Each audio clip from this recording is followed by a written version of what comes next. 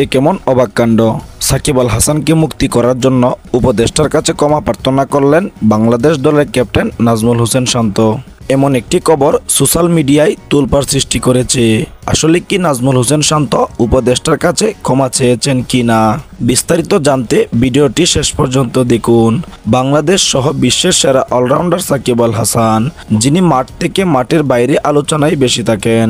ছাত্র আন্দোলনের সময় ঘটে যাওয়া এক ঘটনার আসামি হন তিনি, যার জন্যই তার বিপক্ষে একটি মামলা দায়ের করা হয়। আর এই ঘটনা থেকে সাকিব আল হাসানকে মুক্তি করে দেওয়ার জন্য ক্রিকেট পাড়ার অনেকেই সাকিব আল হাসানের পক্ষে কথা বলেন এবং অনেকেই তাকে নিয়ে সোশ্যাল মিডিয়ায় একের পর এক বার্তা দেন, যার পরিপ্রেক্ষিতে তাকে নিয়ে কথা বলেছেন বাংলাদেশ দলের ক্যাপ্টেন নাজমুল হোসেন শান্ত।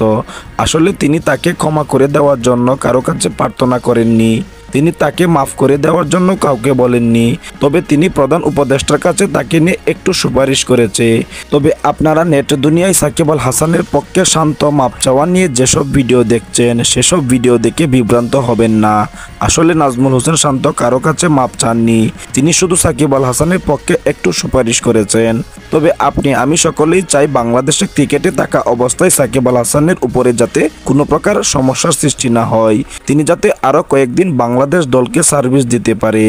সুপ্রিয় দর্শক, আপনারা কারা কারা আমার মতের সাথে একমত আছেন তারা অবশ্যই কমেন্ট বক্সে কমেন্ট করে যাবেন।